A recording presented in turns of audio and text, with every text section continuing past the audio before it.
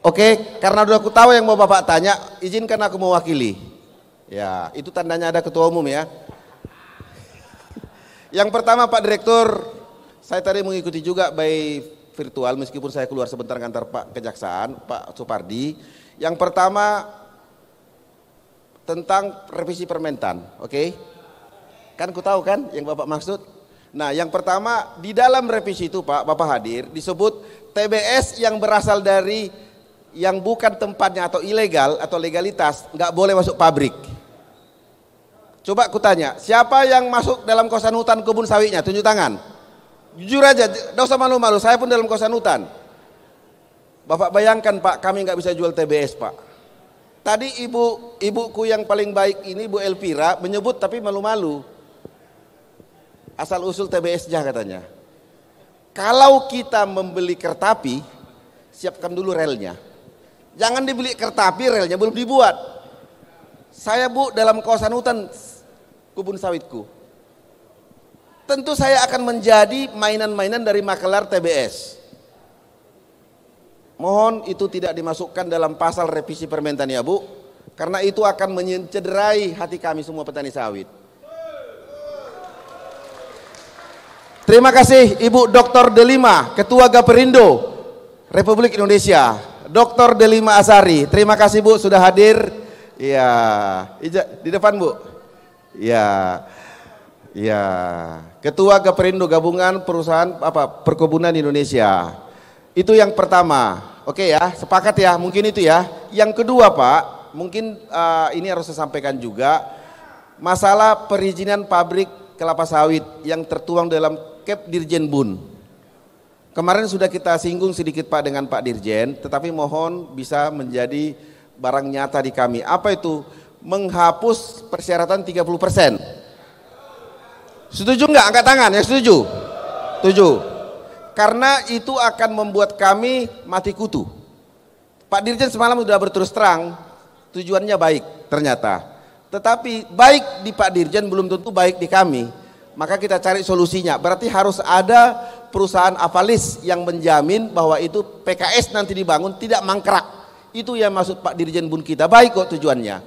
Tapi kita juga meminta bahwa revisi itu dipercepat karena provinsi-provinsi ini Pak sudah siap semua proposalnya Pak. Mungkin itu saja mewakili kepada Ibuku Elvira, mohon mendengar kami.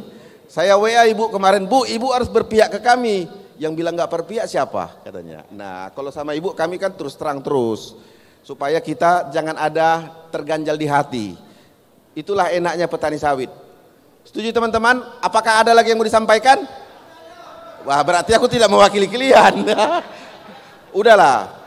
Dari mana?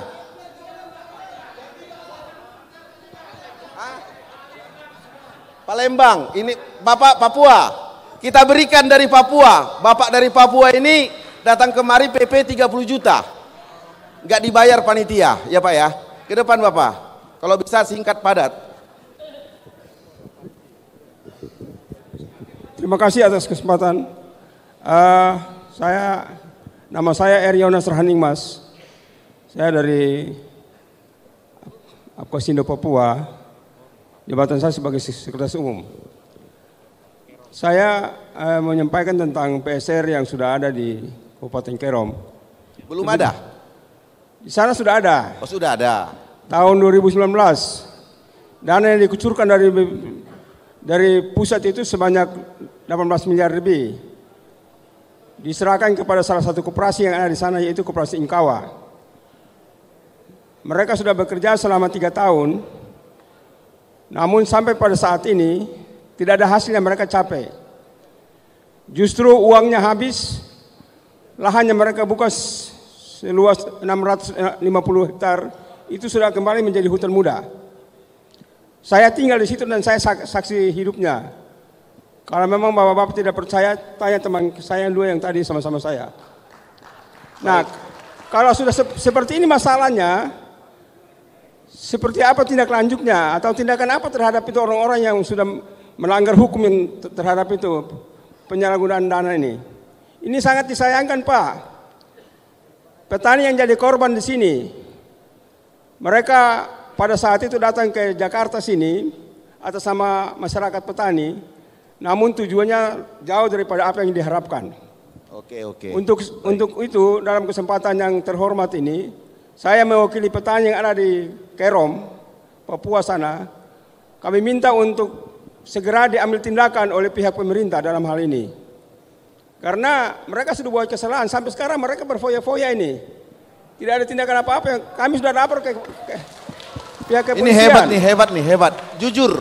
Ya. Saya salah satu orang yang mendorong petani untuk kami dorong supaya itu segera diproses. Namun sampai pada hari ini, masuk pada tahun kedua, tidak ada tindakan apa-apa yang diberikan oleh baik keamanan maupun pemerintah dalam hal ini. Tolong ini Pak, petani sana jadi korban. Saya tinggal di tengah-tengah masyarakat di sana Pak, petani. Baik Pak Yohanes. Saya harap supaya saya pulang ini ke Papua, saya bawa hasil yang positif, biar petani sana senang. Kami sekarang mengajukan 581 hektar yang mau kami bangun. Saya pikir Bapak Ketua tahu kami sudah lapor. Betul. Kami terbentur dengan masalah itu. Tadi pun saya sudah singgung ke Pak Direktur tadi, kalau bisa ditindaklanjutin. Izin untuk kami dapat kesempatan, kami bantu petani bukan kepentingan Apkasindo dalam hal ini. Ya, baik. Keprihatinan kami terhadap petani plasma di sana itu yang kami bicarakan kesempatan ini. Ya, sudah. Saya pikir itu yang perlu ditanggapi. Terima kasih atas kesempatannya. Terima kasih. Shalom. Baik, terima kasih Bapak. Biar aja dua-dua aku pegang supaya jangan diminta lagi. Nah, terima kasih. Jadi maksudnya gara-gara PSR yang gagal itu mereka jadi cacat namanya. Satu Pak. Yang kedua mohon ditindaklanjutin. Ini yang langka. Biasanya kita nolong kawan, tapi dia bukan perkara kawan, tetapi adalah kejujuran dari seorang petani dari Papua. Terima kasih teman-teman. Karena waktu sudah habis, kita habis ini juga rapat organisasi. Oke? Kita sudahi dengan menyerahkan kepada Pak Direktur Sawit. Baik, terima kasih Pak Ketum. Ini izin Pak Direktur, ini ada satu pertanyaan via WA ini ya. Ini dari Ketua Kelompok Tani Jaya di Kabupaten Indragiri Hilir. Pertanyaannya adalah rekomteknya kok lama kali, karena dalam tahap 1 ini hanya 36 hektar. Barangkali keselip, mohon dilihat kembali. Itu pertanyaan. Nah, yang selanjutnya saya serahkan kepada Pak Direktur untuk menanggapi pertanyaan Pak Ketum dan Pak Yona dari Papua. Silakan Bapak. Baik Bapak Ibu sekalian, terima kasih Pak Ketum juga.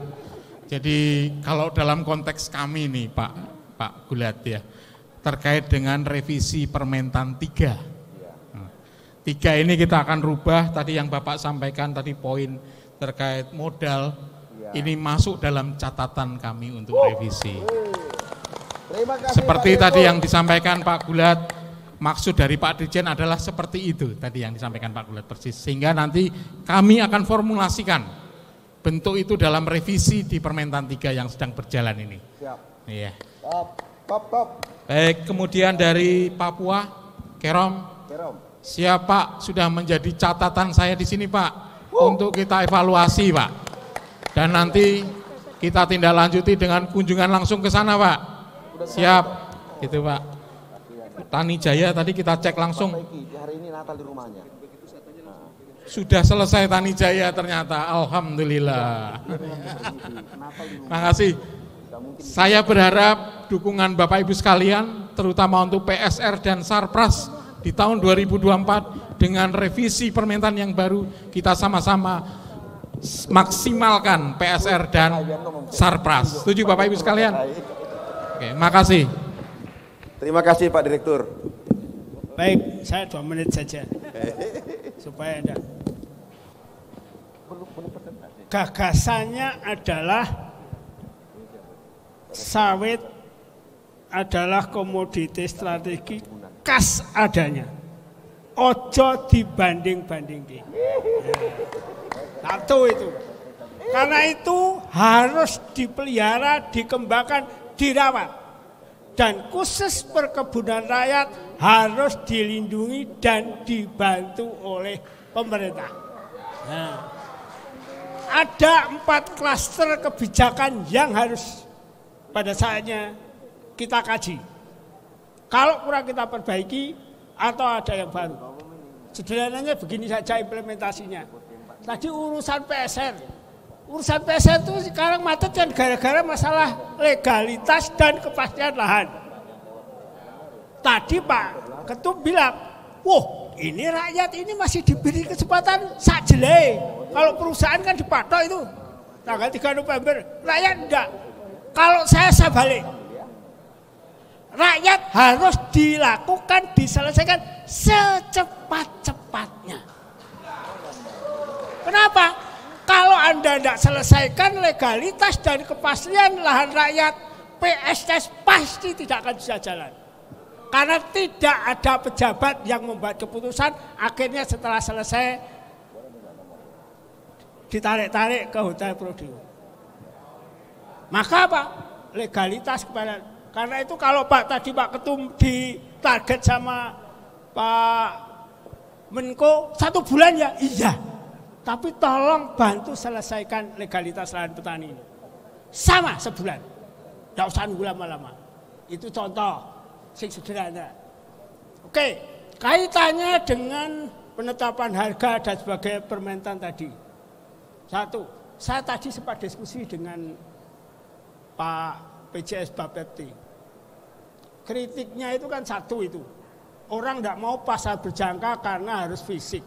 Ada 2 pelabuhan. Sudah dijawab, akan ditambah 15%. Kalau itu sudah terjadi nanti akan ada harga. Harga itulah yang nanti ketetapan harga itulah yang nanti pada diturunkan menjadi harga referensi. Kalau itu jalan turun ke bawah, menurut saya Permentan tidak butuh kok. Kenapa? Harga dari referensi dipotong biaya, udahlah. Rasionya pokoknya 1:5. Artinya 5 TBS 1 CPO. Kira-kira gitu aja. Udah dibagi aja 5. Selesai. Dan berlaku semuanya dengan syarat-syarat yang ditetapkan. Syaratnya apa? Petani harus melalui syarat yang selama ini ditetapkan. Tapi PKS juga harus memenuhi syarat industri efisiensinya. Jadi fair to bear sama. Kalau udah begitu, tidak perlu indeka yang bisa dimainkan. Ini maaf saja, ini pandangan saya.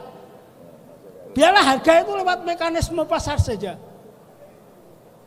Tadi, maaf saja, kita butuh aparat penegak hukum. Kalau saya kebalik. Kalau bisa aparat penegak hukum, tidak usah. Biar mekanisme pasar saja, pemerintah mengatur, meregulasi supaya tidak terjadi peluang memanfaatkan moral hazard. Karena APH yang bagus tadi yang di depan itu kalau dihitung pakai jari di Indonesia itu juga belum tentu genap gitu loh. Dan kalau APH masuk dengan tanpa maksud belum tentu. Itu kan contoh 1 saja tadi. Pak Gulat bisa dapatkan enggak 5 di semua provinsi ini. Kan faktanya yang ada di Riau. Yang lainnya artinya belum tentu melibatkan tambahan pihak lain, apalagi yang memiliki kekuasaan, kewenangan itu bisa lebih baik. Tugas sudah ngatur itu. Clear. Yang kedua yaitu tadi mengenai. Yang ketiga kaitannya dengan SDM. Udahlah terus, pelatihan petani terus. Beasiswa anak-anak petani terus. Yang penting setelah selesai masuk ke dunia profesi sawit. Tapi tolong tambahi 1 lagi. Bangun kader pelopor penggerak pembangunan perkebunan rakyat. Dialah yang akan menggerakkan inti-inti perkebunan rakyat itu. Dengan karakter khusus ini, yang muda-muda umur 40 tahun, punya 10, 15 hektar, 20 hektar yang ngurusi, jadikan dia kader di situ. Yang membentuk klaster itu, itulah yang dipikirkan. Karena apa? Supaya transformasi, regenerasi petani bisa terjadi. Dan ini Pak Ketum dan teman-teman, saya usulkan kader itu nanti disebut sebagai farming planters. Planters pekebun. Kalau selama ini planters itu urusannya seolah-olah hanya untuk teman-teman di perusahaan, enggak. Ada planter pekebun, yaitu pelanter, pelopor, penggerak pembangunan perkebunan kelapa sawit raya. Dan terakhir tentu saja ini butuh integrasi.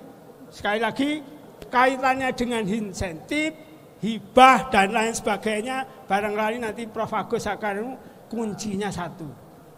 Pastikan segera bangun kelembagaan yang tangguh, mapan. Itu aja. Tanpa kelembagaan nonsen sasplastur. Dan kalau kelembagaannya tidak jelas, Pak Ardi, Pak Direktur pasti mikir-mikir menyalurkannya. Karena tidak mau nanti dicari-cari. APH. Itu artinya Pak, ini menjadi pemandu. Bangun lembaga yang benar. Itu implementasi yang saya katakan, ayo kita kaji polisinya. Yang tidak implemented harus diilmukan. Karena apa? Seperti permentan ini maaf saja lah. Permentan itu kan sejak 30-40 tahun yang lalu. Petani bermitra lewat plasma per, prakteknya dulu 5-7%. Hari ini tinggal 5%. Kebun rakyat semakin luas, semakin besar. Kalau itu tidak pernah bergerak, berarti ada yang salah. Aturannya yang tidak benar atau ada yang tidak mau. Siapa yang tidak mau? Ya Anda yang merasakan di lapangan. Saya kira itu gambarannya, terima kasih. Baik, terima kasih. Kita tepuk tangan untuk narasumber kita semuanya. Sebelum saya tutup diskusi ini, saya tutup dengan pantun lagi. Jari tengah pegang peranan, itulah jari telunjuk. Tergigit ikan teri ketika makan di kondangan.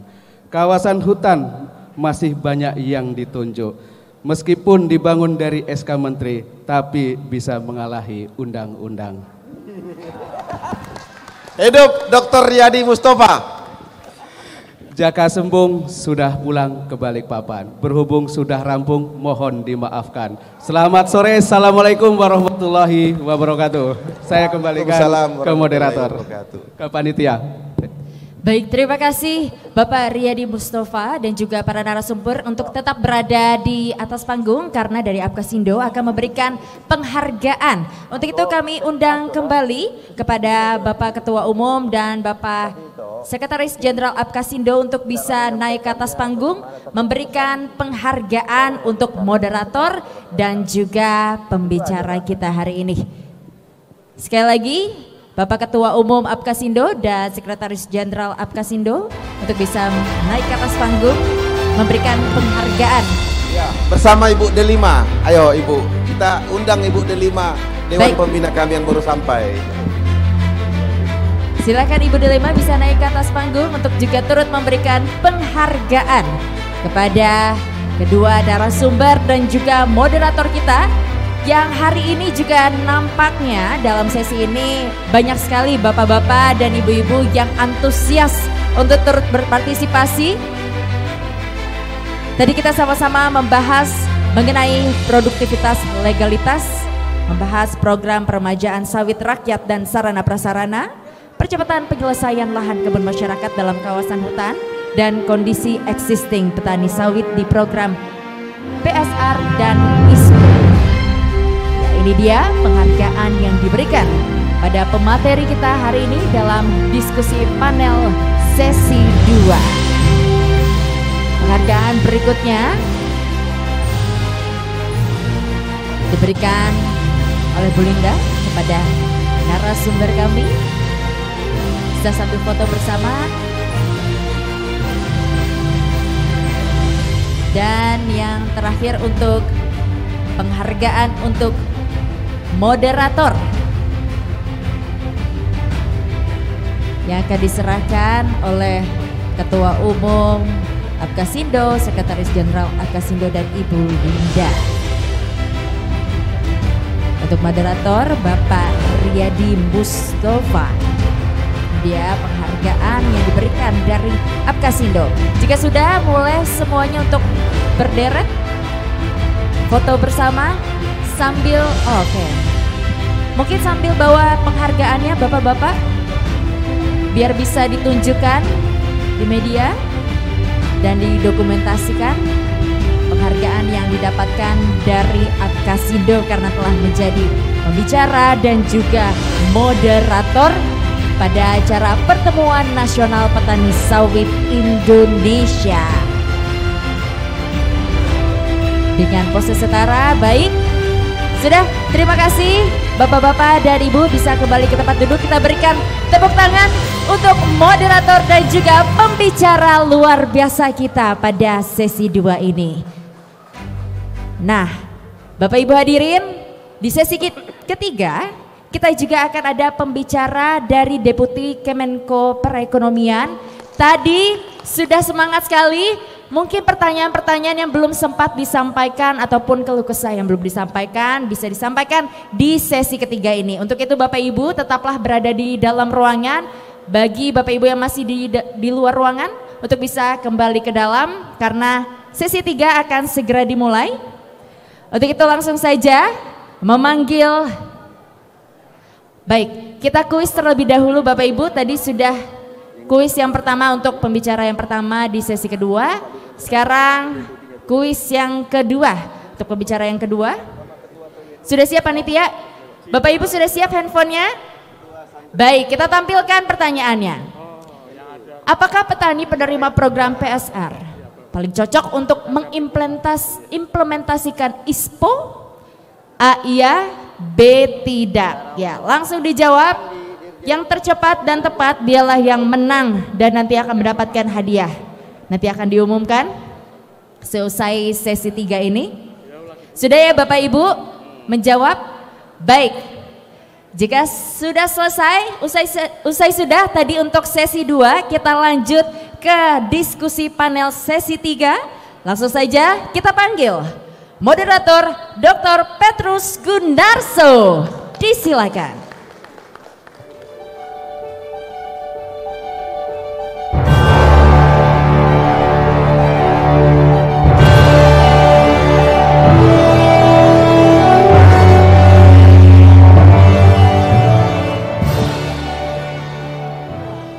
Selamat sore semuanya.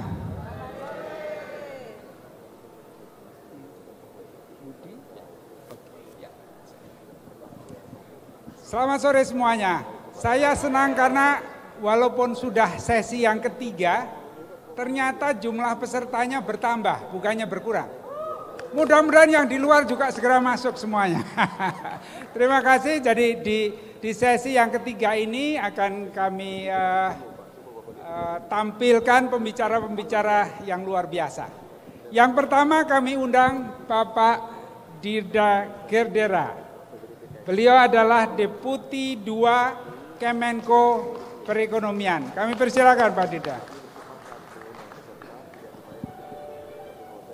Kemudian yang kedua, pembicara yang kedua tidak kalah hebatnya, di mana saja boleh, adalah Profesor Agus Pakpahan.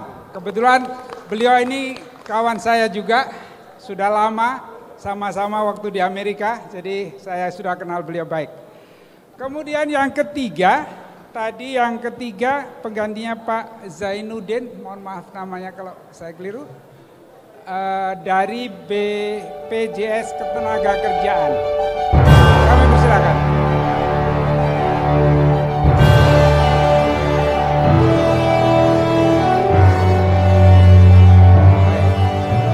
Terima kasih.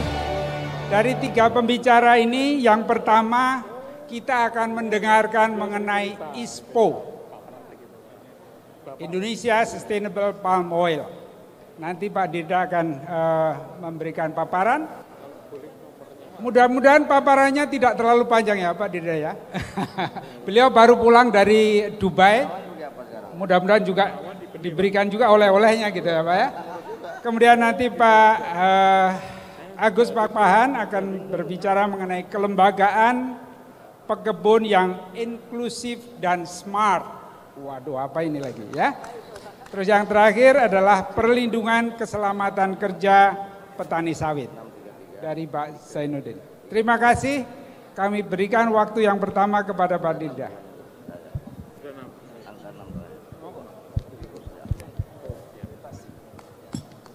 Ya, terima kasih. Assalamualaikum warahmatullahi wabarakatuh. Selamat sore, salam sehat, salam sejahtera buat kita semua. Terima kasih Pak Petrus. Mohon maaf juga nih, Pak Petrus beberapa kali janji belum sempat. Ya, jadi sesuai dengan permintaan panitia, saya coba mengupdate ya perkembangan dari bagaimana kita menyesuaikan konsep kebijakan Indonesia Sustainable Palm Oil. Tadi juga sudah ditagih oleh Pak Petrus oleh-oleh dari Dubai. Nanti mungkin ada sharing sedikit ya, karena ISPO ini memang sangat terkait dengan bagaimana produk kita, produk kelapa sawit kita sampai ke produk hilir itu bisa diterima oleh dunia internasional. Ya, slide pertama. Jadi menindaklanjuti apa yang tadi disampaikan oleh Bapak Menko tadi pagi, kita ini kan punya sekitar 16,38 juta hektar.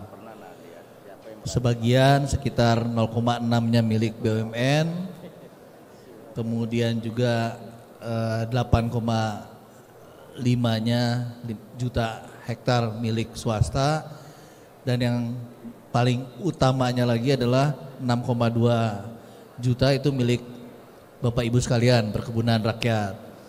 Nah, ada sekitar 1,5 juta yang mungkin statusnya belum jelas. Nah, itu mungkin tadi PR yang disampaikan oleh Bapak Menko buat kita semua untuk bagaimana status lahan ini bisa dipastikan. Dan tadi amanat beliau ke kita semua 1 bulan ini ya Pak Rino sama Pak Ketum ya, PR kita bersama. Nah, tentu mohon dukungan Bapak Ibu semua bagaimana ini kita bisa merealisasikan. Nah, ini nyambung tadi oleh dari luar gitu ya. Jadi selain di Dubai, saya juga kebetulan terlibat di pengembangan kerjasama Indo-Pasifik, kerangka ekonomi Indo-Pasifik yang melibatkan 14 negara.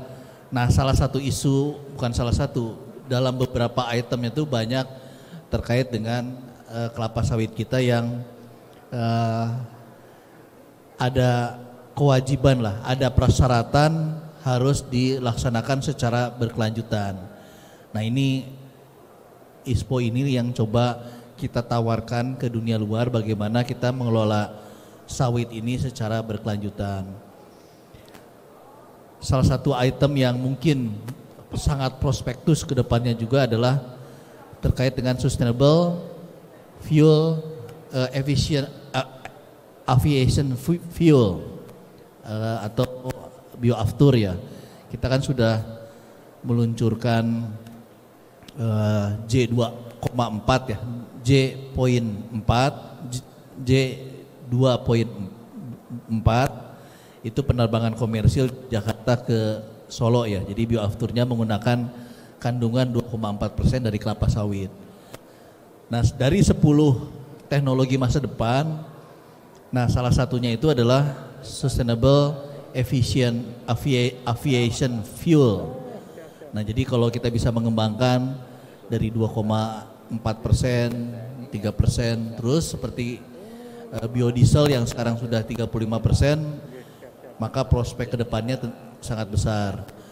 Nah, tentu sesuai dengan kebijakan pemerintah yang menerapkan moratorium, kita tidak berfokus dengan menambah luasan, tapi meningkatkan produktivitas. Nah, ini yang harus menjadi kunci bagi kita semua untuk teman-teman kita di perusahaan gitu ya, di swasta maupun BUMN sudah cukup baik.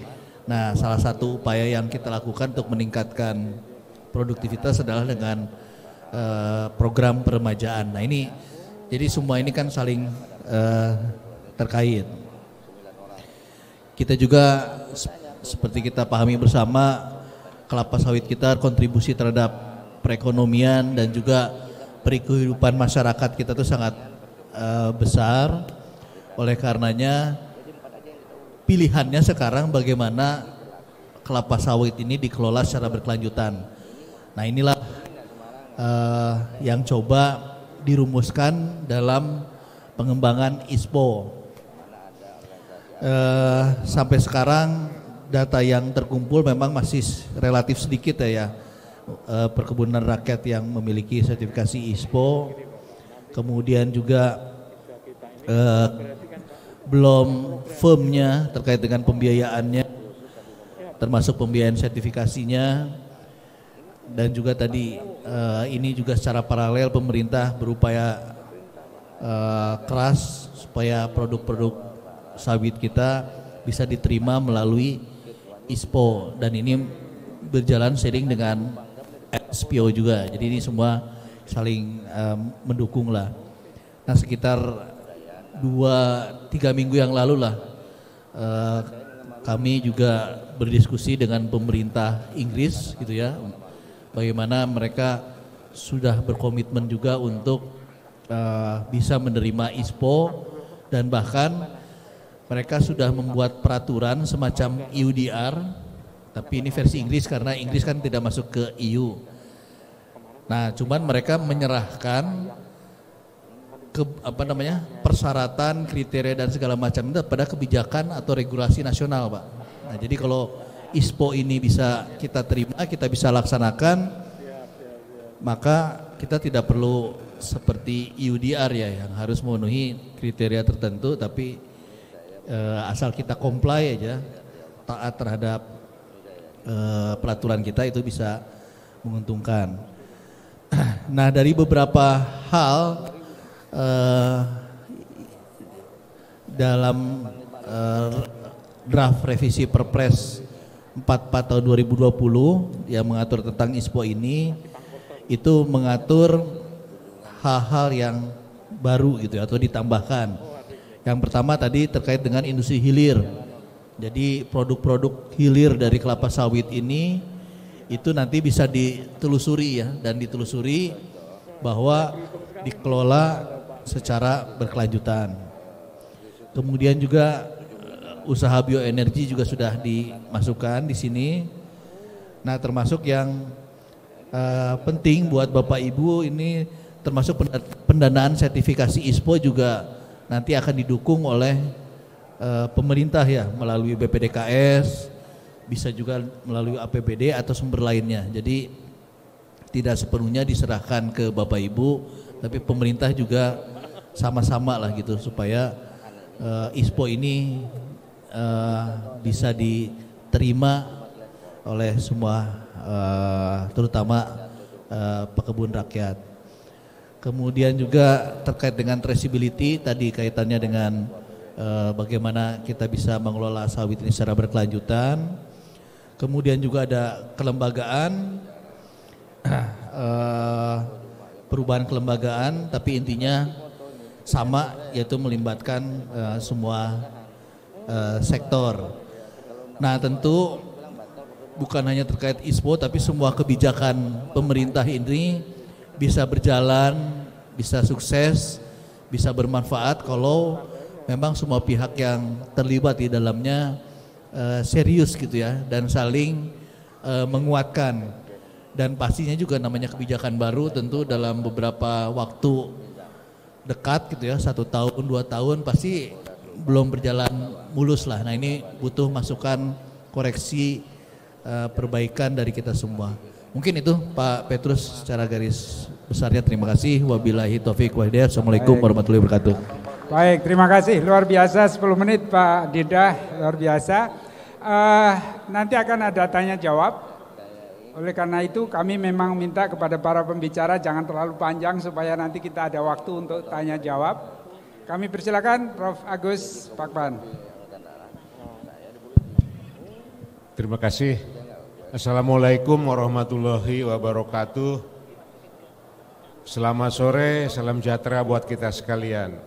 Tadi waktu saya melihat Pak Pur presentasi, saya pikir orang Jawa Timur dengan orang Batak sama aja itu biasanya. Ya dia bisa bersuara keras, ya.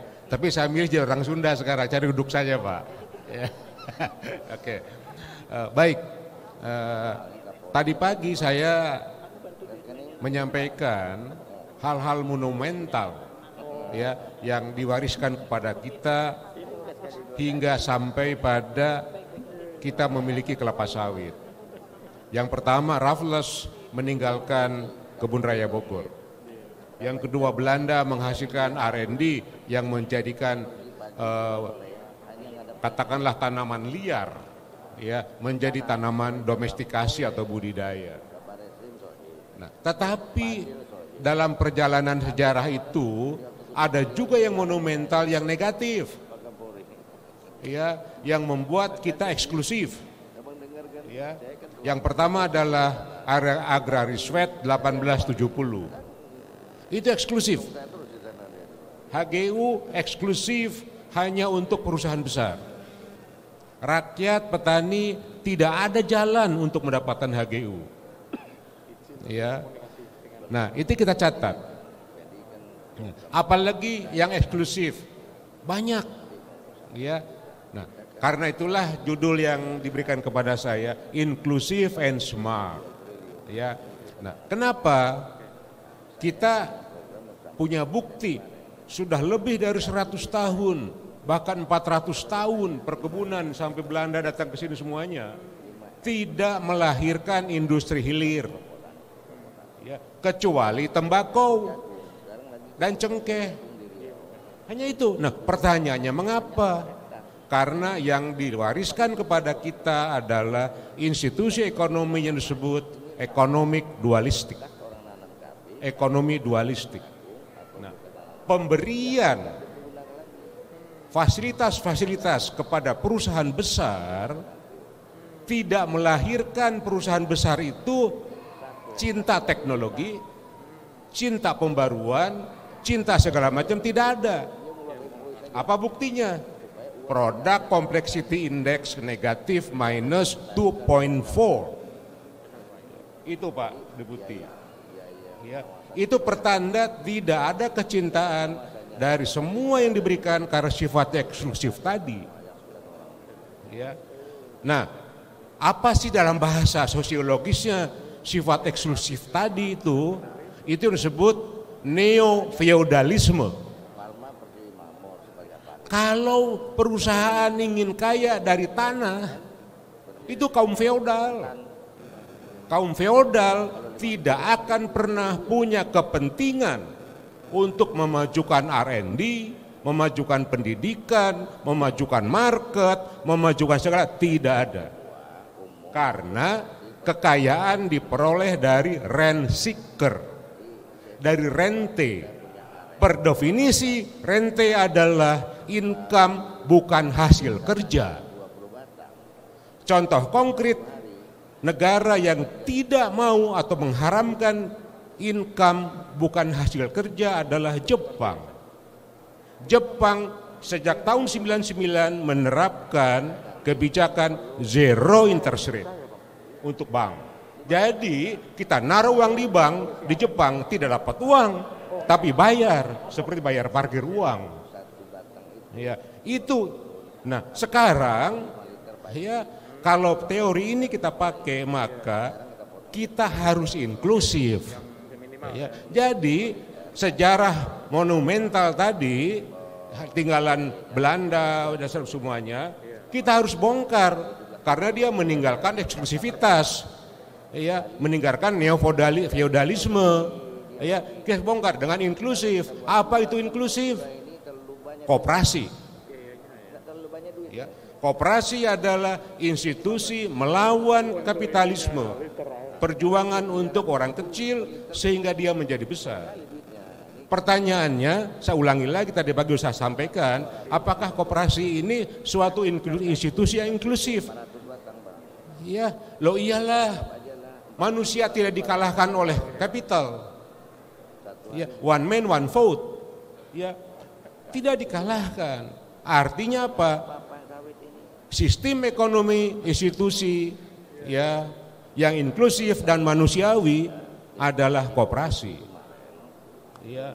Nah, pertanyaannya, apakah ada bukti koperasi ini merupakan institusi yang yang bermanfaat? Oh banyak. Ya, Pak Deputi, pendapatan Land O'Lakes di Amerika itu 2 kali pendapatan Bank Rakyat Indonesia. Hanya ngurus soal susu. Ya. CHS pendapatannya 4 kali Bank Rakyat Indonesia. Ya, hanya pertanian. Kita jarang tahu Ice Hardware itu koperasi. Ya, kita jarang tahu Rabobank itu koperasi. Ya, jadi Bapak Ibu sekalian, Pak Ketua, Pak Sekjen, semuanya, kalau mau inklusif maka kembangkanlah koperasi. Ya. Nah, untuk Indonesia bukan hanya ekonomi, ya, itu adalah amanah konstitusi pasal 33 Undang-Undang Dasar 45.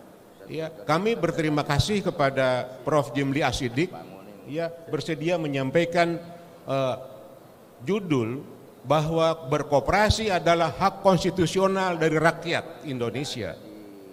Ya, itulah implikasi penafsiran dari Undang-Undang Dasar 45 pasal 33. Nah, oleh karena itu, kalau kita ingin inklusif, bersinergi dengan perusahaan besar, ya, tidak ada cara lain kita kembangkan koperasi. Insya Allah Icopin University akan membackup Bapak Ibu sekalian lahir batin.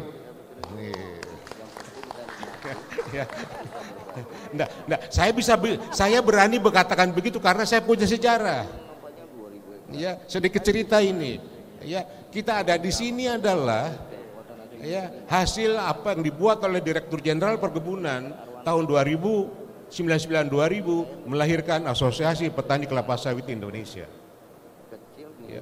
Saya punya bukti sejarah, walaupun Menteri Pertanian menolak, tidak menghendaki ada undang-undang perkebunan, saya jalan sendiri, lahir undang-undang perkebunan. Ya. Nah, maksud saya, ya, bahwa tadi dengan Pak Fahri saya pikir kita bercerita kenapa koperasi nggak berkembang, karena kita nggak punya keinginan. Itu aja. Kita tidak tunduk pada konstitusi, tidak tunduk pada tidak melanjutkan ajaran Bung Hatta. Ya, itu saya pikir. Nah, jadi itulah inklusivitas yang dimaksud. Sekarang smart. Ya. Nah, kalau kita inklusif, kita akan smart. Kita akan pintar karena apa? Modal supaya kita cerdas itu memanusiakan manusia. Ya, tidak akan ada kreativitas pada sistem ekonomi dualistik. Tidak akan ada kemajuan kalau menganggap orang kapital dimenangkan daripada manusia. Nah, smart. Mari kita uji. Ya, misalnya, ya, apakah kita smart? Saya katakan kita sekarang ini tidak smart. Buktinya apa? Sepanjang sejarah perkebunan kelapa sawit, harga TBS petani Indonesia selalu lebih rendah dari harga TBS petani Malaysia. Ya, loh, di mana cerdasnya kita? Negara besar menguasai produksi CPO dunia. Loh, kok sepanjang sejarah harga TBS kita lebih rendah dari TBS Malaysia? Nah, ini ujian buat kita. Nah, yang kedua, apakah kita smart? Ya, sudah tahu nih, ya, harga real minyak sawit itu turun terus selama 150 tahun. Ya, tapi kita tancap gas. Ya, pengembangan kebun tanpa ada persiapan untuk oversupply. Ya, nah, saya katakan tidak smart. Oh, apa yang kita maksud smart di sini? Mari kita tingkatkan produk complexity index yang sekarang ini hanya minus 2,4 jadi 1 lah, kalau nggak jadi 4. Katakan apa syaratnya? Pasti R&D, pasti pendidikan, pasti pengembangan SDM, pasti investasi, semuanya di sana ada. Ya, pertanyaannya adalah apakah kita sudah menyiapkan itu? Semua isi pohon sawit itu sangat bermanfaat. Ya, mengapa yang kita kembangkan itu masih minus 2,4? Ya, itu ukuran smart. Yang terakhir saya pikir supaya Pak Petrus tidak marah sama saya. ya, jadi begini. Nah, ini selaku rektor IKOPIN nih, ya. IKOPIN itu K-nya sering diterjemahkan salah. Ya, disebutkanlah Institut Komunikasi Indonesia. Ya, padahal sebetulnya ya koperasi di sini. Ya. Nah, maksud saya yang terakhir ada, kalau bapak-bapak percaya kepada saya, para petani percaya kepada IKOPIN, Direktorat Jenderal Perkebunan percaya kepada IKOPIN, dari Menko percaya kepada IKOPIN, BPD PKS percaya kepada IKOPIN, katakanlah kirim 1.000 orang mahasiswa setiap tahun. Nah, konkret ya, mari kita kembangkan entrepreneurship. IKOPIN sebagai center bekerja sama dengan Slipper, bekerja sama dengan yang lain-lain, bukan sendiri. Ya karena sifatnya inklusif tadi, tidak eksklusif. IKOPIN tidak eksklusif. Kita akan mengembangkan suatu institusi yang inklusif dengan mana-mana. Ya, 1.000 orang 1 tahun katakanlah, kalau 5 tahun menjadi kita sekian ribu orang, maka semua koperasi di Indonesia, koperasi petani kelapa sawit bisa kita layani dengan baik. Terima kasih, mohon maaf atas hal-hal yang kurang. Terima kasih, wassalamualaikum warahmatullahi wabarakatuh. Luar biasa, terima kasih Pak Agus. Pak Agus ini sekarang Rektor Institut atau University IKOPIN, gitu ya judulnya ya. Jadi luar biasa dan beliau mengundang kita semua untuk sekolah di IKOPIN. Selanjutnya kami persilakan. Terima kasih Pak Petrus. Bismillahirrahmanirrahim. Assalamualaikum warahmatullahi wabarakatuh. Salam sehat buat semuanya, Bapak Ibu sekalian. Satu kehormatan buat kami bisa hadir tengah-tengah Bapak Ibu. Izin mewakili Pak Zainuddin. Kebetulan beliau sedang ada kegiatan yang tidak bisa diwakilkan. Jadi hari ini kami hadir untuk mewakili beliau terkait untuk bagaimana pekerja-pekerja pada sektor sawit ini bisa mendapatkan perlindungan jaminan sosial, gitu ya. Saya nama Budi Jatmiko, Pak. Jatmiko. Kami dari bidang kepesertaan korporasi, Pak. Bapak Ibu sekalian, ketika bicara sawit ini memang menarik sekali gitu ya, karena kami mencatat data. Nanti mohon dikoreksi juga kalau data kami salah. Ada 7,1 pekerja di Indonesia itu yang bekerja pada sektor sawit gitu ya. Artinya di sana ada ruang ekonomi gitu ya yang dimanfaatkan oleh warga negara untuk kegiatan ekonomi dan usahanya. Nah, ketika kita bicara kegiatan ekonomi maka mungkin tidak akan terlepas ya dari namanya resiko gitu ya. Nah, tadi Pak Profesor sudah sedikit bicara tentang pasal 33 tentang perekonomian. Kami akan sedikit menyinggung pasal sebelahnya gitu, Pak, yaitu tentang pasal 34. Tadi bicara tentang hak konstitusional, kita pun akan bicara tentang hak konstitusional. Karena ketika kita bicara tentang jaminan sosial, itu adalah hak konstitusional warga negara. Kita sebagai warga negara Indonesia itu dijamin oleh negara ini untuk mendapatkan fasilitas jaminan sosial. Di mana kita saat ini sudah memiliki 6 jaminan sosial di Indonesia. Itu dari mulai kesehatan, kemudian ada kecelakaan kerja, ada hari tua, ada kematian, ada pensiun, dan yang terakhir ada kehilangan pekerjaan.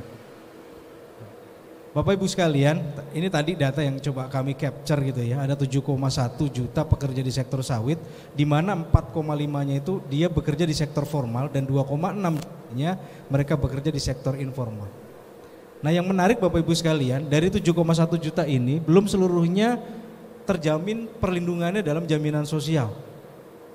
Kalau kesehatan bicaranya sudah beda nih. Bicara kesehatan, universal coverage mereka sudah di atas 80%. Tapi bicara universal worker coverage di Indonesia ini bicaranya baru di angka 40%. Masih sangat jauh sekali. Artinya kesehatan itu bicaranya penduduk Indonesia gitu ya. Kemudian jaminan sosial ketenaga kerjaan bicaranya pekerja Indonesia. Nah, 7,1-nya ini ada di sektor sawit gitu. 4,5-nya ada di sektor formal dan 2,6-nya ada di sektor informal. Dan 2,6 ini kami tadi baru dapat info, ini baru petani sawitnya, belum buruh taninya gitu ya. buruh taninya tadi saya dapat info ada sekitar 4 jutaan itu. Itu cukup besar lagi gitu. Artinya angka ini sebenarnya angka lebih besar mereka yang bekerja pada sektor sawit.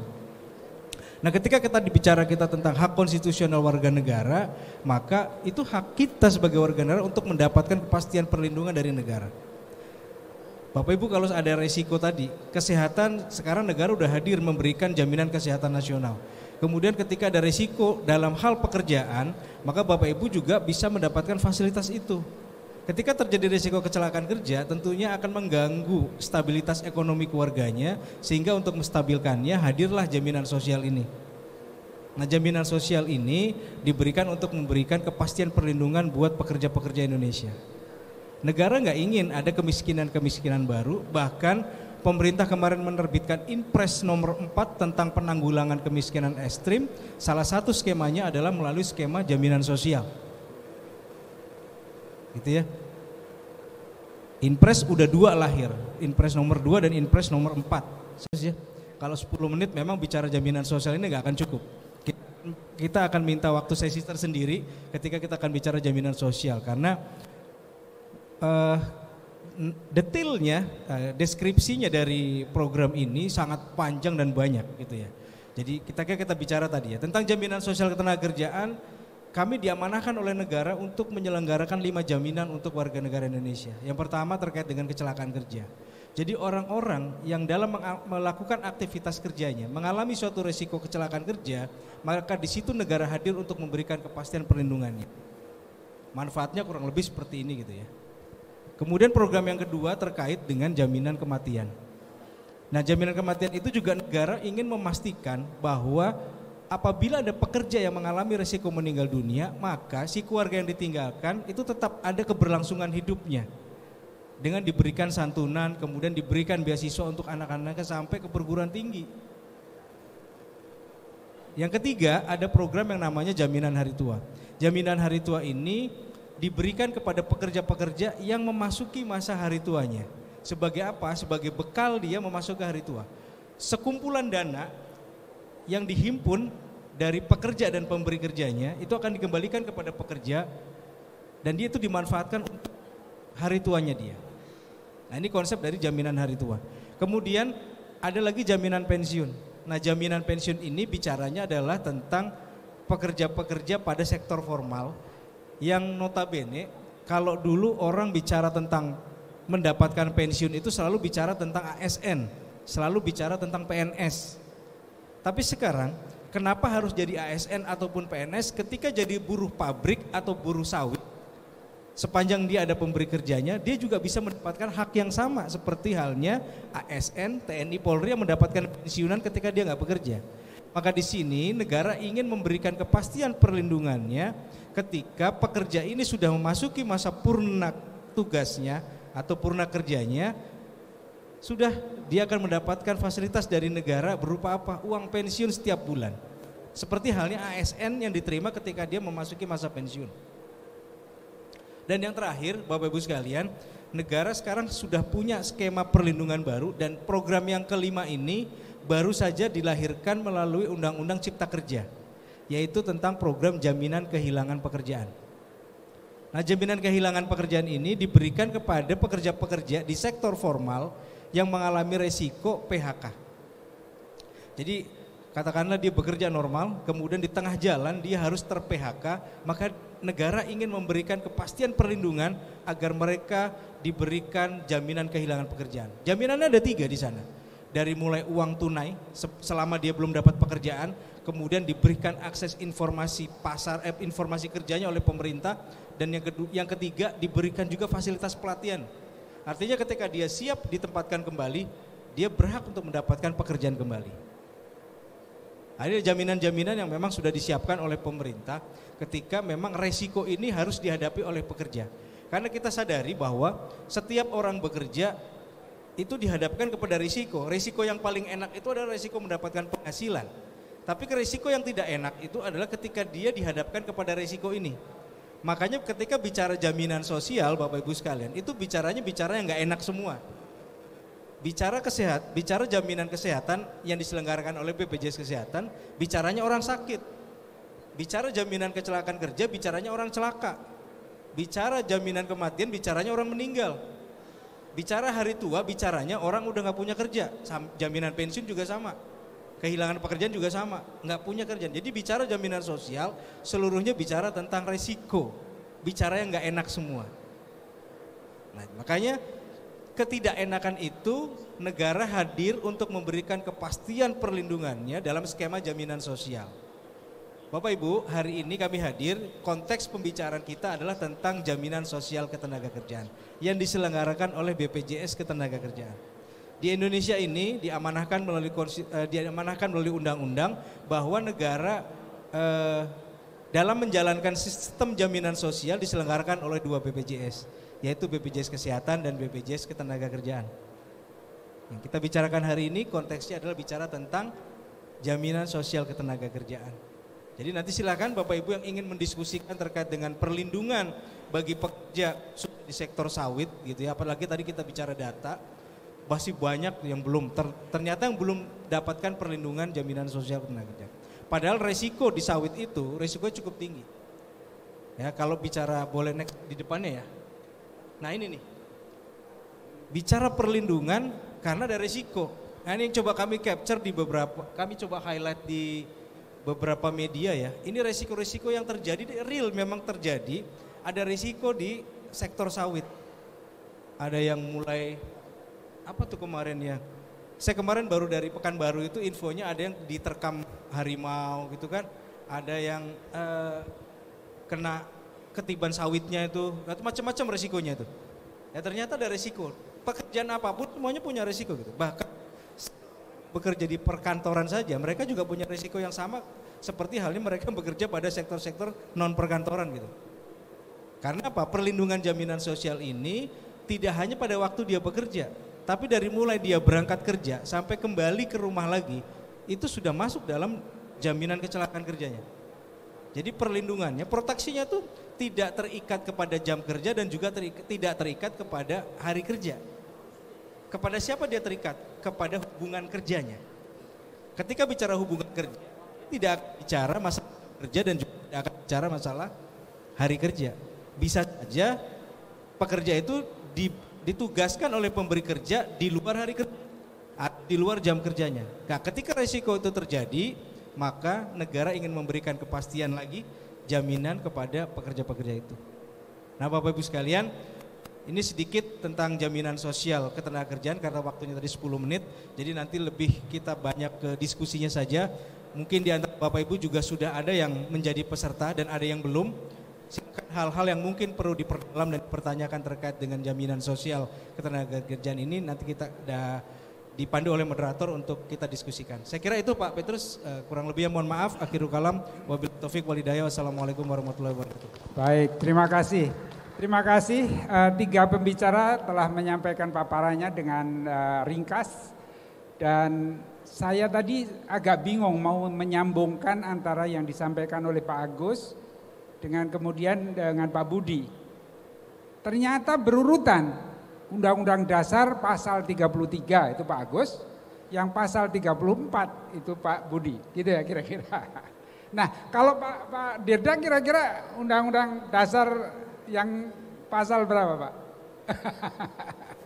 Semua pasal urusannya Pak Dirda.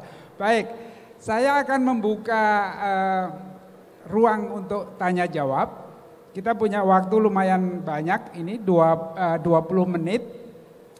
Tetapi saya ingin memberikan kesempatan kepada penanya dengan kriteria. Jadi tidak hanya yang menunjukkan jari. Yang pertama saya ingin ada penanya perempuan atau wanita. Itu pertama, ya. Yang kedua kriterianya adalah yang muda. Yang paling muda di sini saya ingin mendengarkan dari yang paling muda. Ya, jangan yang sudah sepuh-sepuh bertanya nanti berikutnya. Nah, kemudian yang ketiga adalah saya ingin memberikan kesempatan kepada perwakilan dari Aceh, dari Kalimantan, dan dari Papua. Nah, ada 3 ya. Jadi itu kriterianya. Yang pertama dari penanya ibu-ibu, wanita, perempuan. Kami persilakan. Ada? Siapa? Tolong pelantangnya bisa dipersiapkan. Pelantang. Tadi ibu-ibu sebelah kiri ada tadi? Oh, ada ibu-ibu, mana? Dari ini. Dari ini. Tadi di sebelah kiri juga ada, coba ibu-ibu, ayo kami undang ibu-ibu. Nah, ada. Silakan disebutkan namanya, sebutkan namanya dan dari mana. Assalamualaikum warahmatullahi wabarakatuh. Nama saya Indri, saya dari Provinsi Riau.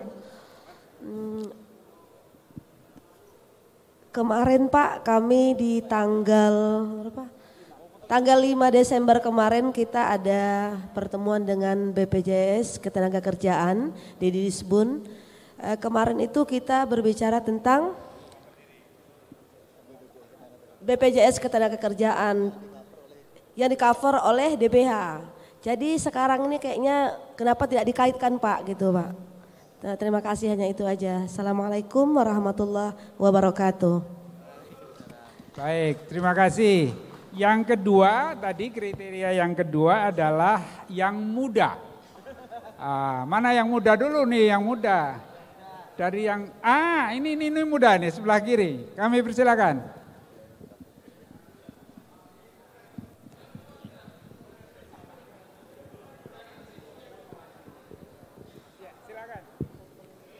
Perkenalkan, nama saya Redesiva Kristima Ginting dari Provinsi Aceh.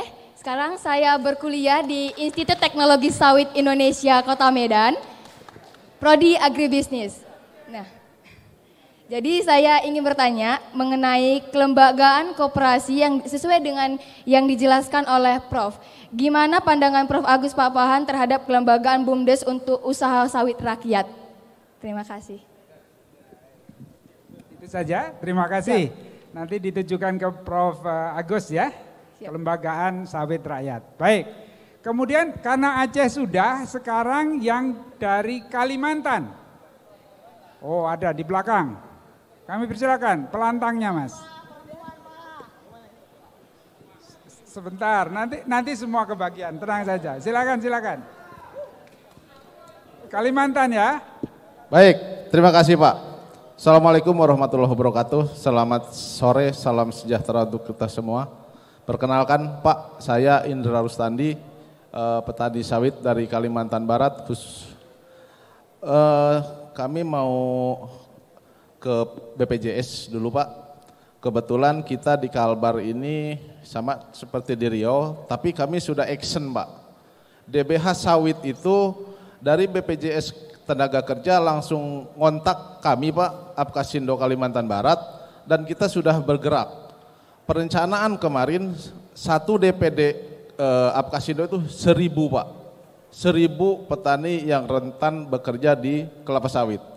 Dan saat ini kita sudah hampir 3.000 Pak, dan itu sudah kita laporkan. Kita sudah action Pak, karena BPJS sudah ada MOU disaksikan oleh Gubernur Kalimantan Barat Pak. Udah berjalan. Untuk Pak Prof. Agus, koperasi kita memang harus terus menggalakkan koperasi Pak. Dan terus terang koperasi-koperasi KUD sawit banyak yang mati suri Pak. Banyak yang mati suri karena kondisi penjualan TBS tidak terkendali, tidak lewat koperasi lagi Pak. Jadi mungkin nanti ada aturan dan regulasi, karena sekarang 2 tahun tidak RAT, koperasi dibekukan. Jadi itu Pak, mungkin ke depan mudah-mudahan koperasi sawit yang saat ini sudah mati suri bisa terbantu dengan aturan atau regulasi yang ada Pak, atau regulasi-regulasi baru. Demikian. Terima kasih. Billahi taufiq wal hidayah. Assalamualaikum warahmatullahi wabarakatuh. Baik, terima kasih. Yang bertanya ISPO kok belum ada ini? Oh ada. Ya, oke. Yang berbaju hitam, kami persilakan.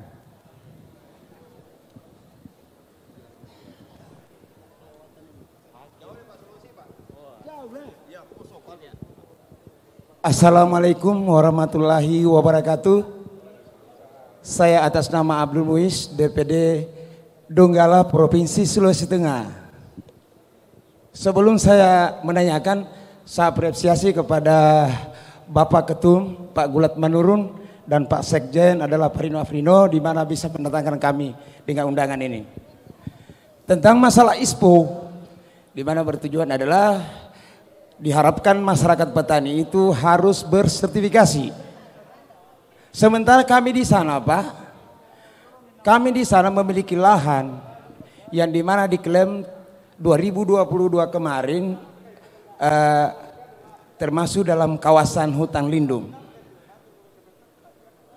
Sekitar 3.500 hektar sampai sekarang. Bahkan 15 tahun yang silam, Pak, itu kawasan itu Pak sudah dipenuhi oleh tanaman sawit. Ketika replanting kemarin 2020 ya, di mana Donggala 1.100 hektar banyak yang bermasalah, yang diusulkan bermasalah karena termasuk dalam kawasan.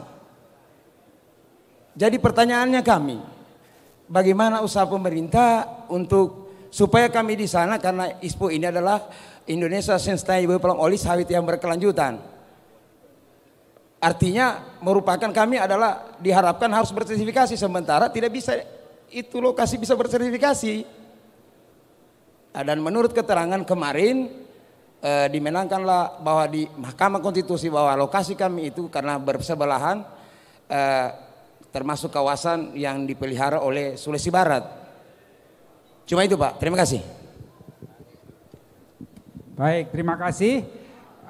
Saya tutup dulu sesi pertama supaya bisa terjawab. Nanti kalau pertanyaannya semuanya para pembicara kebingungan ini ya. Kami mulai dari Pak Budi dulu. Kami persilakan Pak Budi. Baik Pak Petrus.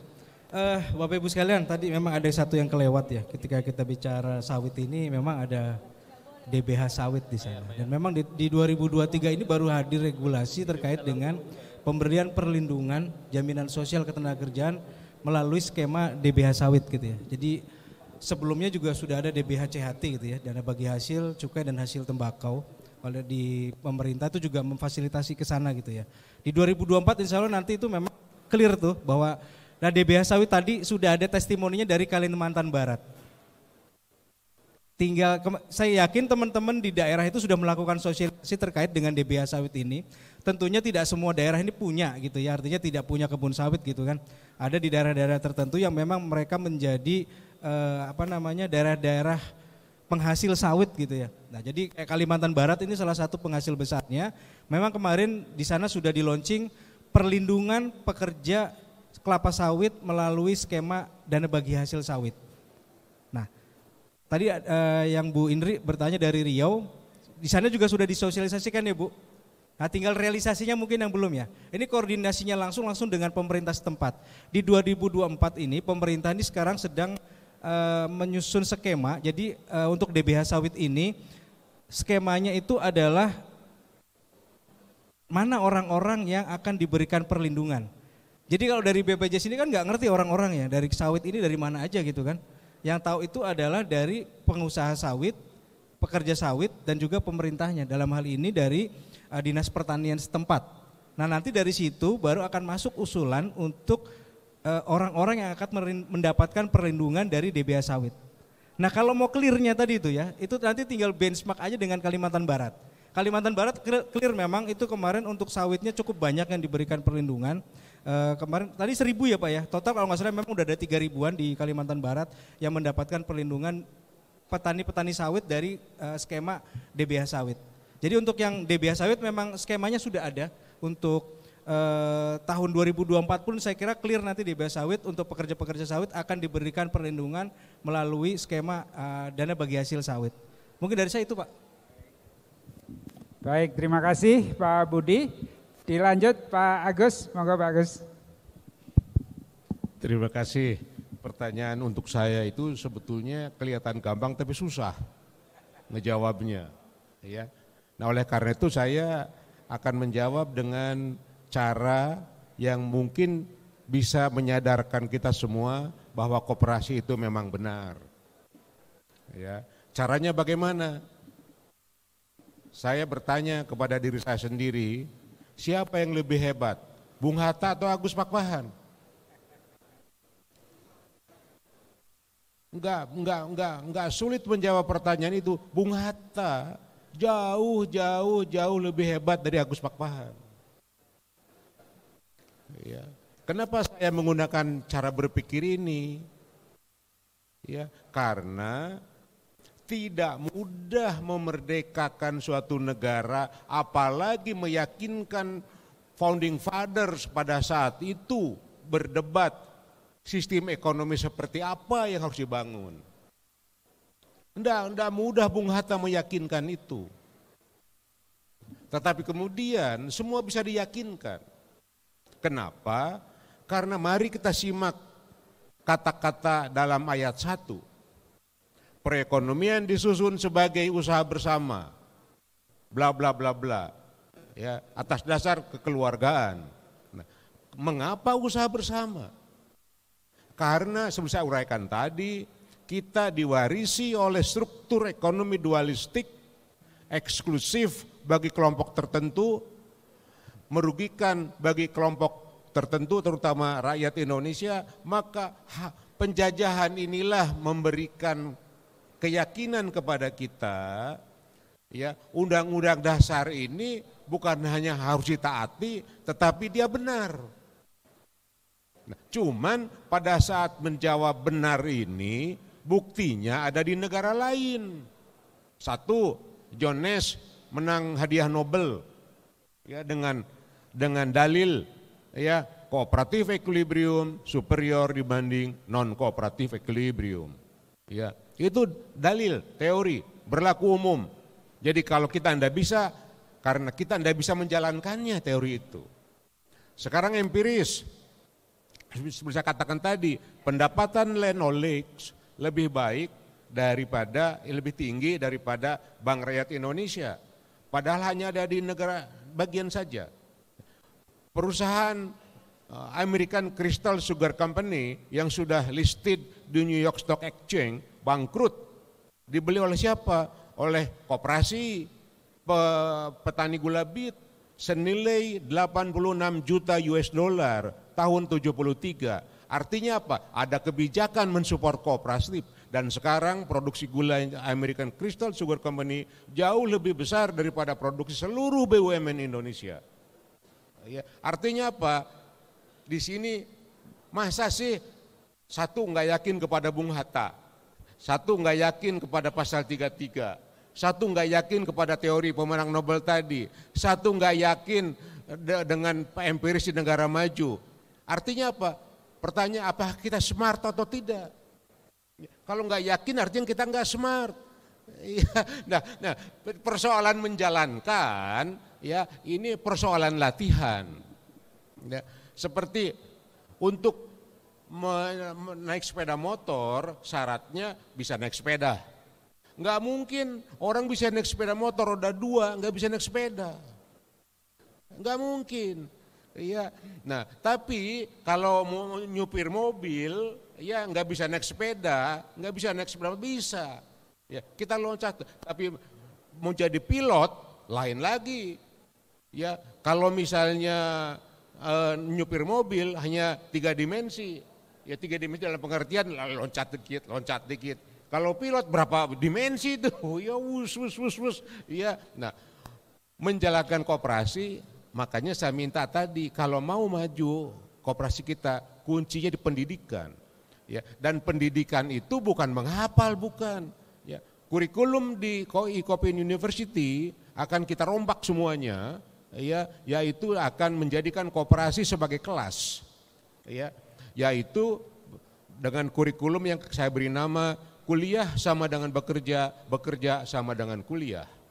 Action of thought dengan action of motion kita padukan menjadi suatu resultante peningkatan capability. Capability didefinisikan sebagai what people can do or can be, apa yang koperasi bisa capai status menjadi terpercaya, ya, dan bisa, ya. Nah, kurang lebih demikian. Maka saya sekarang menantang nih Pak Rino, Pak Gulat, Pak Direktur, bisa nggak ngirim ke Ikopen University 1.000 orang 1 tahun? Ya, kata Bung Karno kan beri aku 1.000 orang katanya bisa gitu. Ya, kurang lebih begitulah. Terima kasih. Ya. Baik. Ternyata Prof. Agus ini memberikan link kepada saya untuk kemudian Pak Dirda Gerdera ini ternyata harus menjalankan Undang-Undang Dasar pasal 33 ayat 1. Perekonomian bla bla bla bla bla ya. Gitu kan tadi. Silakan Pak Dirda. Ya, yang pertama tadi ya menjawab pertanyaan dari Donggala ya terkait dengan bagaimana menyelesaikan keterlanjuran kebun sawit yang berada di kawasan hutan ya kalau nggak salah tadi pertanyaannya. Jadi kebetulan juga saya yang terlibat penyusunan PP 24 itu tentang bagaimana menyelesaikan secara administratif gitu ya masalah ketelanjuran tadi turunan dari Undang-Undang CK. Jadi kalau untuk perusahaan itu sudah berjalan. Nah memang yang untuk rakyat ini itu perlu diakselerasi. Tapi di situ sudah jelas artinya ada batasan luasannya yaitu 5 hektar dan sudah berdiam di situ sekian tahun gitu ya minimal. Nah ini kriteria-kriteria ini sebenarnya sudah sangat clear gitu. Nah tadi sesuai arahan Bapak Menko di pagi hari pada saat pembukaan kita akan berkoordinasi dengan rekan-rekan dari KLHK dan juga dengan ATR BPN bagaimana penyelesaiannya, apakah nanti masuk skema perhutanan sosial atau masuk ke program TORA gitu ya. Nah ini yang tentunya lagi kita upayakan semaksimal mungkin. Tapi yang pasti di dalam PP peraturan pemerintah tersebut tidak ada sanksi ya, tapi tadi bagaimana mengelolanya bisa direkognisi. Nah ini juga ada batasannya gitu ya, minimal atau maksimal gitu ya, atau itu sekitar 1 daur ini ya, 1 daur kelapa sawit ya. Nah ini hal-hal ini yang nanti kita akan diskusikan, tentu juga pasti ada penyesuaian juga bagaimana kondisi di lapangan ya. Nah ini yang akan coba kita. Kalau boleh Pak Petrus menanggapi yang terkait dengan koperasi ya. Jadi kebetulan nih Prof waktu kuliah dulu saya itu satu kelas itu diberi tugas gitu ya untuk mengidentifikasi anomali dari masing-masing negara. Nah jadi saya mempelajari dari negara mana. Nah ada juga yang mempelajari tentang Indonesia Pak. Nah dia menemukan salah satu anomali di Indonesia itu adalah koperasi Pak.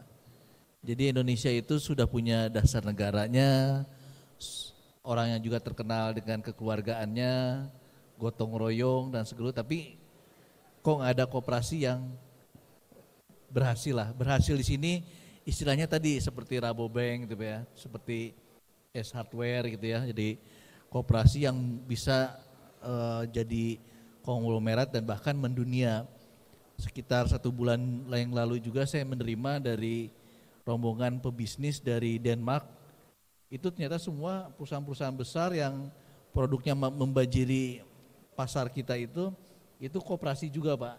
Nah ini saya pikir tantangan dari Pak Agus tadi masih sangat relevan dan saya pikir salah satu yang memungkinkan itu adalah ya ini kita-kita yang ada di sini, sektor perkebunan khususnya lagi adalah kelapa sawit nih.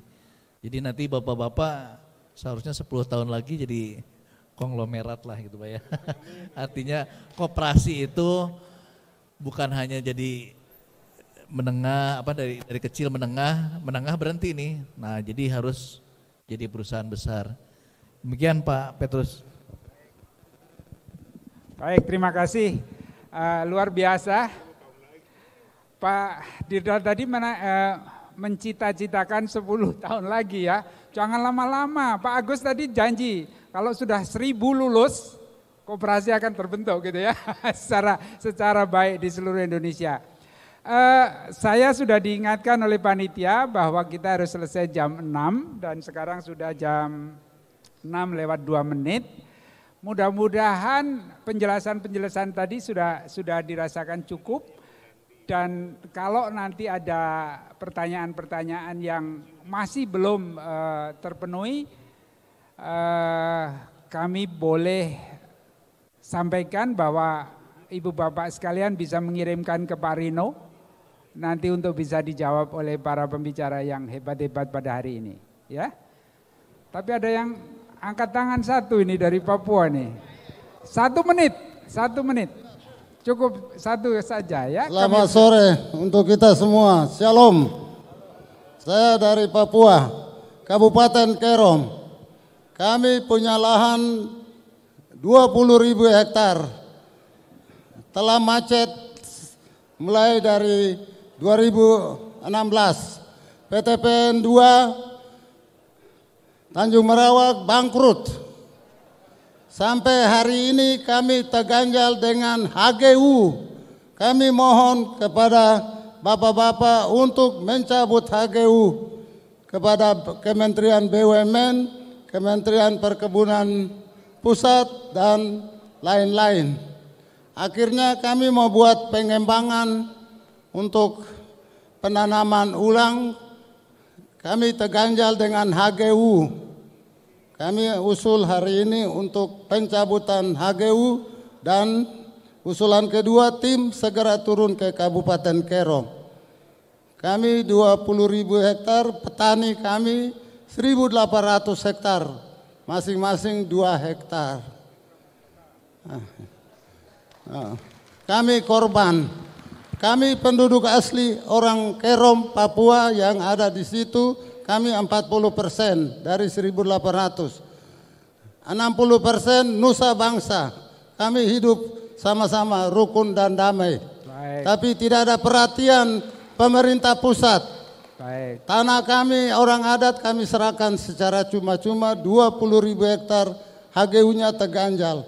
Kami mohon kepada bapak-bapak hari ini untuk mencabut HGU. Dan kedua kami minta tim segera turun untuk menginvestigasi kembali di Kabupaten Kerom. Baik. Dan kami mau kembangkan kelapa sawit untuk peremajaan kembali replanting. Baik. Kami punya siapa? Baik. Nah, kami teman-teman sudah datang dari Apkasindo Provinsi Papua. Kami punya tim ahli. Kami usul kepada Ketua Apkasindo Nasional turun ke Papua. Baik. Jangan anggap kami bukan orang Indonesia disingkirkan, tapi kami bagian orang Indonesia di bagian timur. Shalom, Tuhan berkati. Mantap. Baik. Hidup Papua. Terima kasih. Karena kebetulan yang pembicara pada hari ini tidak punya kewenangan untuk mencabut HGU ketiga-tiganya gitu ya. Tentu ini akan dicatat oleh Pak Ketua Umum untuk disampaikan atau disalurkan kepada pihak yang berwenang. Saya kira demikian. Dengan demikian kami tutup pertemuan pada sore hari ini, sesi yang ketiga. Saya mengucapkan terima kasih yang sebesar-besarnya kepada panitia yang telah mempercayai saya untuk menjadi moderator pada sore hari ini. Terima kasih, keren. Waktu saya kembalikan kepada pembawa acara, Mbak Yohana.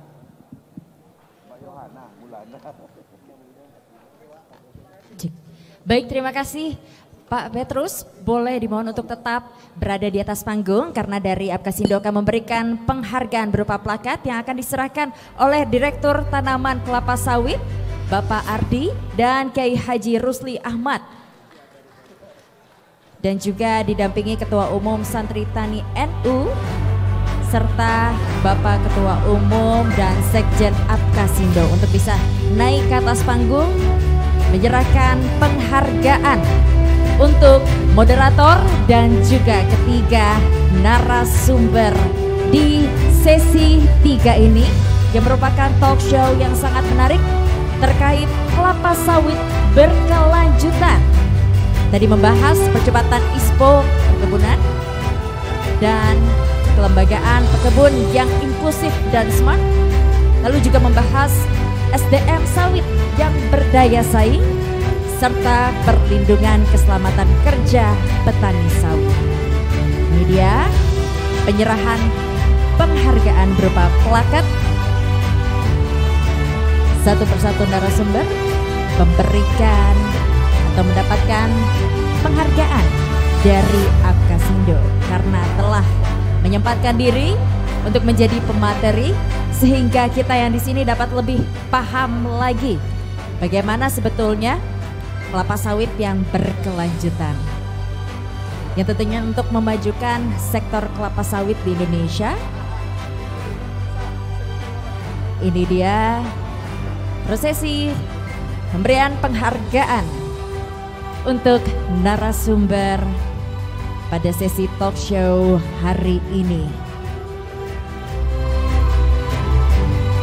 Kembali memberikan penghargaan yang diserahkan oleh Ketua Umum Apkasindo.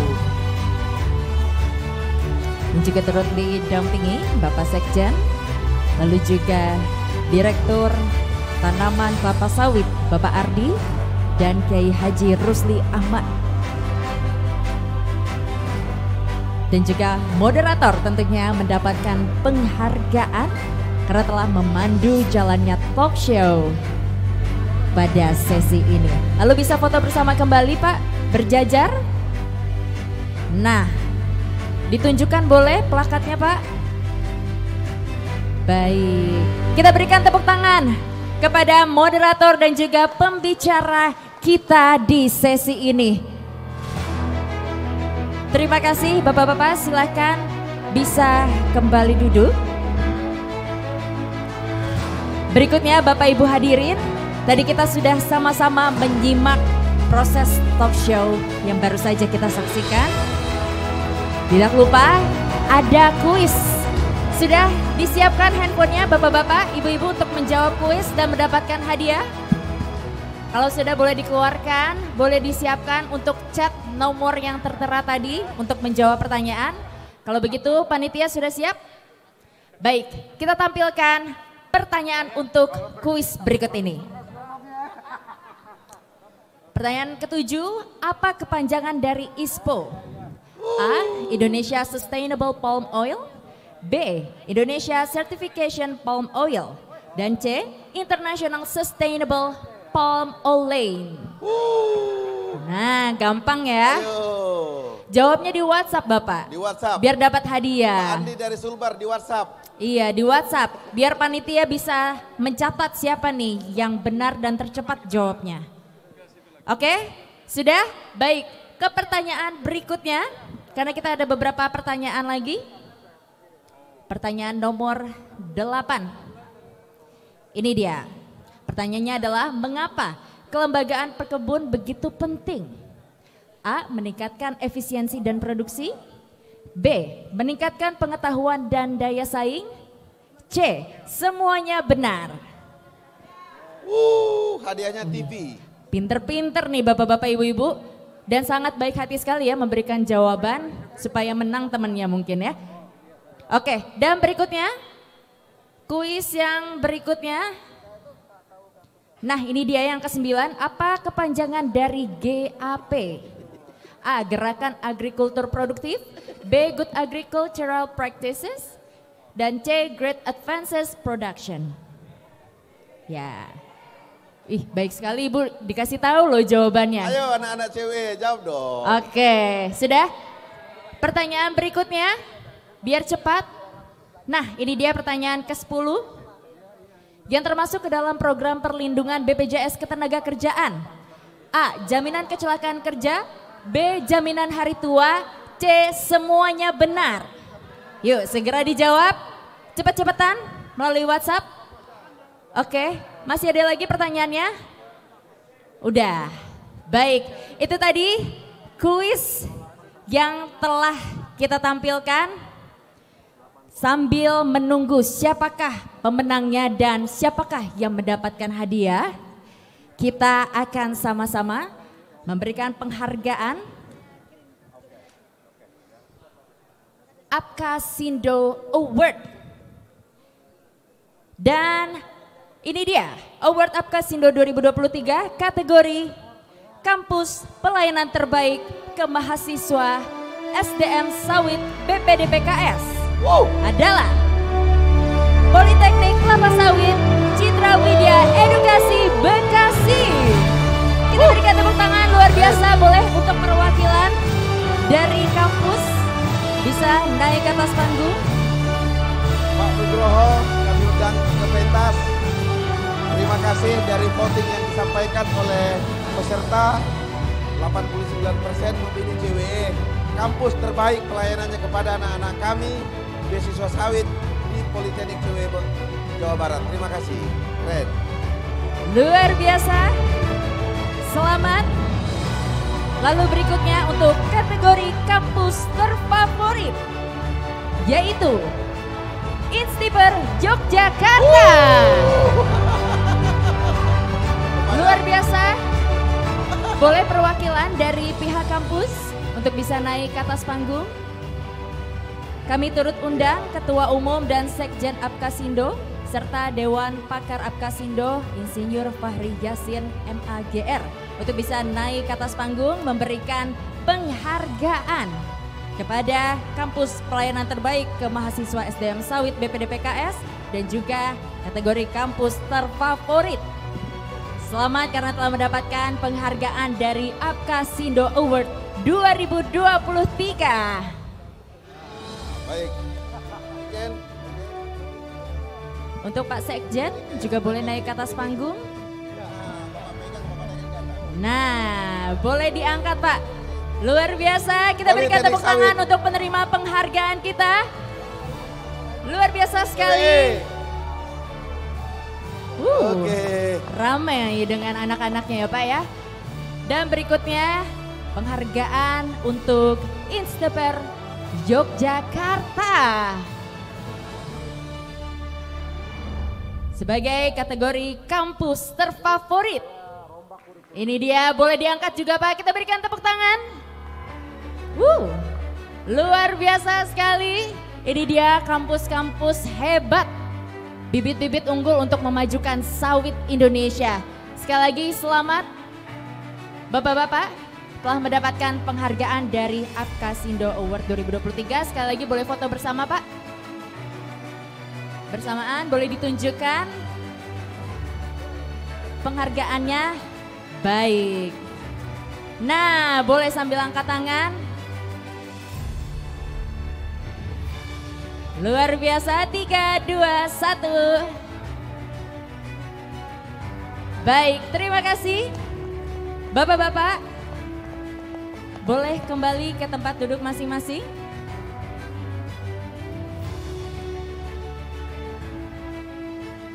Dan sesaat lagi kita akan sama-sama melihat siapakah pemenang kuis hari ini. Panitia masih menghitung karena nampaknya banyak sekali ini yang menjawab kuis ya.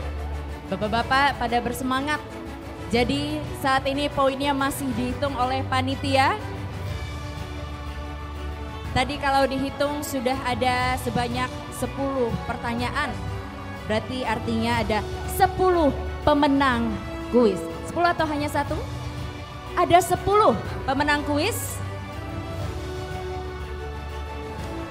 Jika dipanggil atau jika menang tetapi tidak ada orangnya, hangus atau akan diberikan kepada pemenang lainnya. Dan inilah nama pemenang kuis. Atas nama Joseph Manurung dengan nomor handphone 0822 9015 4823. Bisa naik ke atas panggung.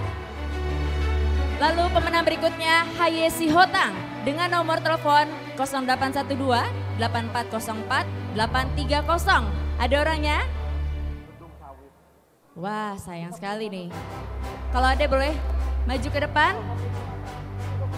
Oke, kalau nggak ada selanjutnya N Permana dengan nomor telepon 081188188813. Oke, ada orangnya, boleh maju ke depan. Berikutnya Syarif Azuri. Selamat untuk Syarif dengan nomor telepon 0812-2379-0933. Ada orangnya. Berikutnya Nur Atika dengan nomor telepon 0859-6276-2312. Ada orangnya, bisa langsung maju ke depan. Tidak ada? Oke, berikutnya Eka Mutiatari dengan nomor 0822-9015-4823. Bisa segera maju ke depan. Selamat untuk Eka Mutia. Lalu berikutnya Franciscus PC dengan nomor telepon 0813-5010-7682. Dan atas nama Adesari Wibowo. Selamat, ada orangnya, oke, luar biasa. Berikutnya Dars dengan nomor 0821-4869-007. Nolnya 3 kali ya, 0007. Berikutnya Makmur Galingking dengan nomor 0813-3463-4507. Wah, selamat Pak. Ini sudah berapa nih yang menang nih? 1, 2, 3, 4, 5, 6, 7. Berarti ada 3 orang yang hangus ya. Berarti ini jatah menang untuk yang lain. Baik, saya sebutkan untuk pemenang berikutnya. Indra dengan nomor telepon 0852-6315-7313. Ada orangnya? Ada. Oke, selamat Pak Indra, bisa naik ke atas panggung. Oh, ini sudah ada yang naik. Tidak boleh diwakilkan ya. Untuk pemenang yang telah menjawab dengan benar. Ini sudah semua, namanya sudah sesuai ya. Nomornya juga sudah sesuai. Oke, berikutnya Mas Rio dengan nomor telepon 0823-8541-0403. Oke, ada orangnya. Sudah 10 orang di sini? Satu lagi. Oke, dan ini dia pemenang yang terakhir. Aziz Gatra dengan nomor 0812-6604-0066. Ada orangnya? Selamat Bapak Aziz. Gak ada? Kalau gak ada, hangus ya. Oke, ke pemenang berikutnya Noviana dengan nomor telepon 0858-2831-2232. Baik, silakan naik ke atas panggung. Kami undang untuk penyerahan hadiah kepada Bapak Ketua Umum dan Sekretaris Jenderal Apkasindo untuk bisa naik ke atas panggung. Memberikan hadiah pada para pemenang kuis. Luar biasa, selamat semuanya, bapak-bapak, ibu-ibu, adik-adik mahasiswa, mahasiswi yang telah berhasil menjawab pertanyaan, menjawab kuis dengan baik, dengan cepat, dengan tepat, hingga akhirnya berhasil memenangkan dan mendapatkan hadiah yang diserahkan langsung oleh Ketua Umum Apkasindo, Bapak Gulat. Baik, didampingi dari kantor Wakil Presiden Dr. Trichandra Aprianto. Karena Pak Dokter ini salah satu tim sukses dari acara ini. Udah 5 hari gak tidur mempersiapkan. Saya beri kehormatan untuk Pak Dokter Trichandra untuk menyerahkan kepada khusus yang laki-laki, yang perempuan aku. Luar biasa. Baik, Pak Dokter, silakan untuk memberikan hadiah kepada para pemenang kuis kita. Ini artinya mereka semua adalah orang-orang yang telah menyimak dengan baik dan juga turut berpartisipasi aktif mengikuti acara Pertemuan Nasional Petani Sawit Indonesia yang telah antusias mendengarkan dan juga menjawab pertanyaan-pertanyaan yang disampaikan hingga akhirnya berhasil menjawab dengan benar kuis-kuis yang telah dibuat oleh panitia. Dan kini mereka mendapatkan hadiah masing-masing dari mereka, total 10 orang mendapatkan hadiah dari acara ini, tetapi yang dilihat bukan hanya hadiahnya saja, tetapi dari apa yang didapatkan, informasi yang diterima hari ini semoga bisa diimplementasikan, bisa dipraktekkan di esok hari secara langsung.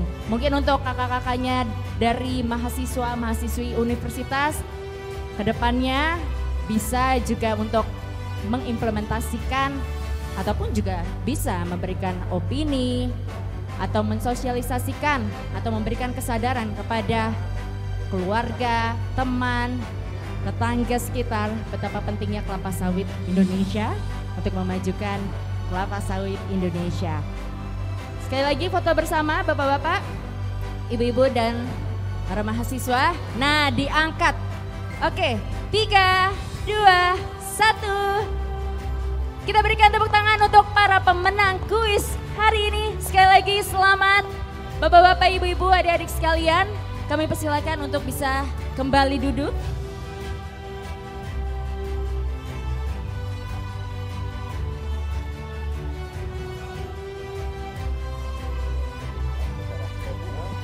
Baik Bapak Ibu hadirin sekalian, acara berikutnya adalah kita akan menyantap makan malam yang telah disediakan di foyer atau di luar ruangan. Bapak Ibu bisa langsung menyantap makanan Bapak Ibu di dalam ruangan karena sesaat lagi kita akan memulai konsolidasi pada pukul 6.30 yang bersifat wajib. Sekali lagi Bapak Ibu, konsolidasi setelah makan malam bersifat wajib sehingga harus kembali ke tempat ini. Nanti Bapak Ibu juga akan mendapatkan tas cantik yang disediakan oleh panitia. Oke, Bapak Ibu silakan selamat menyantap makan malam yang telah disediakan. Kembali ke ruangan, boleh makan di dalam ruangan. Kita akan segera memulai konsolidasi yang nantinya juga akan mendapatkan tas cantik dari panitia. Untuk itu, saya Yohana Gabriela pamit undur diri. Terima kasih atas perhatian Anda. Mohon maaf apabila ada salah kata yang kurang berkenan. Sampai jumpa lain waktu.